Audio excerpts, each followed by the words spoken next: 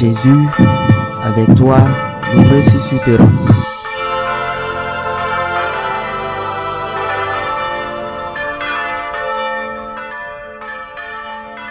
En ce temps-là, Jésus disait à ses disciples, « Celui qui reçoit mes commandements et les garde, c'est celui-là qui m'aime, et celui qui m'aime sera aimé de mon Père. Moi aussi je l'aimerai, et je me manifesterai à lui. » Jude, non pas Judas, l'Iscariote, lui demanda, « Seigneur, que se passe-t-il? Est-ce à nous que tu vas te manifester et non pas au monde? » Jésus lui répondit, « Si quelqu'un m'aime, il gardera ma parole. Mon Père l'aimera, nous viendrons vers lui, et chez lui nous nous ferons une demeure. Celui qui ne m'aime pas ne garde pas mes paroles. Or la parole que vous entendez n'est pas de moi, elle est du Père qui m'a envoyé. Je vous parle ainsi tant que je demeure avec vous. Mais le défenseur, l'Esprit Saint, que le Père enverra en mon nom, lui vous enseignera tout, et il vous fera souvenir de tout ce que je vous ai dit. » Acclamons la parole de Dieu. Le sentiment est très important dans la vie des êtres humains. Une famille, c'est-à-dire un mariage, un conjoint, se fonde d'abord, et c'est avant tout sur un sentiment, non sur un calcul d'intérêt. Le sentiment est très important, mais le sentiment sans les œuvres est comme la foi sans les œuvres. Un sentiment sans action est mort. Le pape Léon parle déjà de ces choses avec une grande lucidité en ses premiers jours. Il parle par exemple de l'importance de la religiosité populaire. Étant américain, où la religiosité populaire est très faible, il a travaillé pendant de nombreuses années au Pérou et sait combien la religiosité populaire est importante non seulement pour les Péruviens ou pour cette religion d'Amérique du Sud encore si riche en vie catholique. Cela devrait être important pour tout le monde. C'est là que le sentiment fait surface. Le sentiment est, je ne dis pas essentiel, mais il est très pratique dans notre relation avec Dieu. Je viens d'un pays où la religiosité populaire est heureusement encore très vivante, plus encore que la pratique religieuse dominicale. Mais le sentiment ne suffit pas. Un sentiment, par exemple, dans un mariage où le mari, ou vice-versa, le mari dirait à sa femme, « Chérie, je t'aime très fort », mais il la trompait, et il continue par la tromper avec une autre femme, dépense son argent, ou une partie de son argent, avec d'autres femmes, une partie de l'argent qu'il gagne, qui aurait servi pour la famille, il le dépense avec d'autres femmes, avec une autre femme, soit avec une ou plusieurs, soit il dépense tout dans l'alcool. Que devrait ressentir la femme? Que devrait ressentir cette femme, tenant compte des promesses d'amour que son homme avait faites? Que devrait ressentir la femme? Que devrait ressentir la femme face à cette fausse promesse d'amour?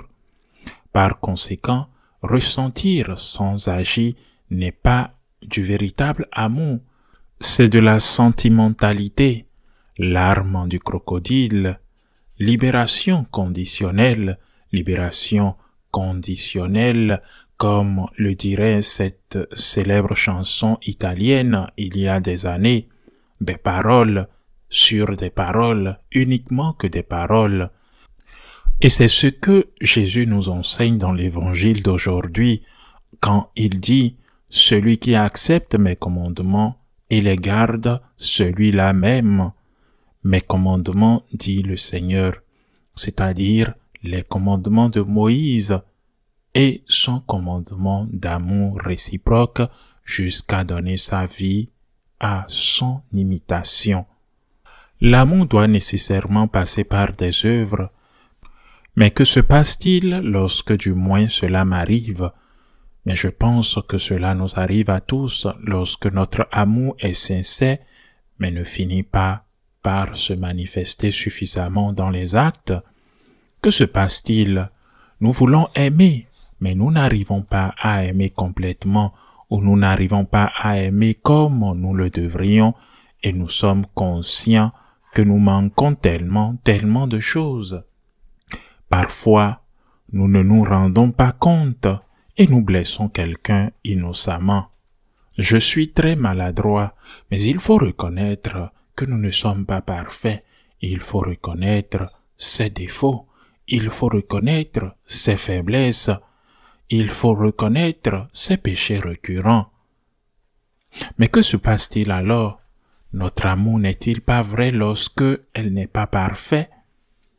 Saint Augustin disait, « Vouloir aimer, c'est déjà aimer. » Et il demanda à Dieu, « Donne-moi de l'amour ma vie, je dirai à haute voix, car en me donnant de l'amour, tu t'en réjouiras. » Nous devons demander à l'Esprit Saint de remplir nos cœurs du feu et de nous aider pour que ce feu d'amour, cette flamme vive d'amour dont parlait Sainte Thérèse, cette flamme vive d'amour qui nous donne la plus grande des motivations pour aimer notre prochain, qui nous aide à aimer d'un amour sincère, ne reste pas seulement un sentiment.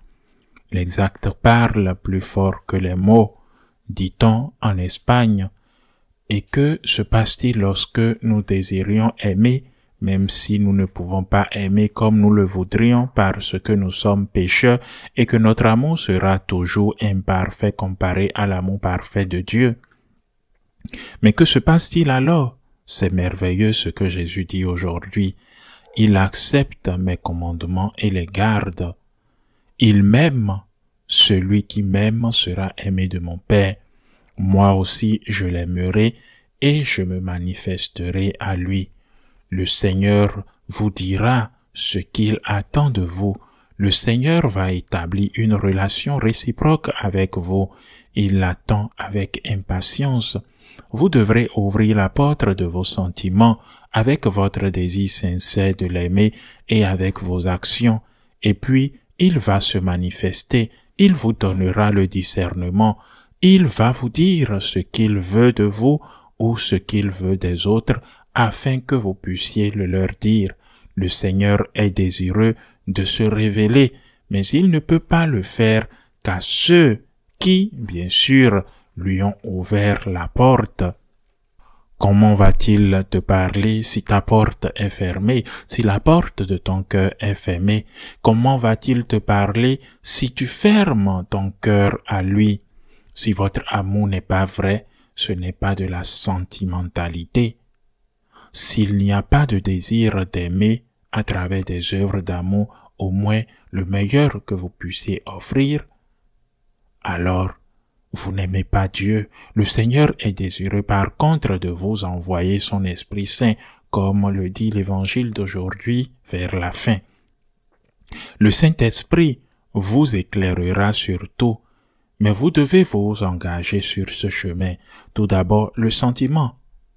Il est vrai, donne-moi de l'amour, ma vie, comme le disait Saint Augustin, je dirai à haute voix, car en me donnant de l'amour, tu pourras te réjouir en lui. Et puis, poussé par la grâce de Dieu, les œuvres sont faites. Alors, celui qui a vu comment vous lui ouvrez la porte de votre cœur se manifestera à vous et vous dira quelle est sa volonté divine.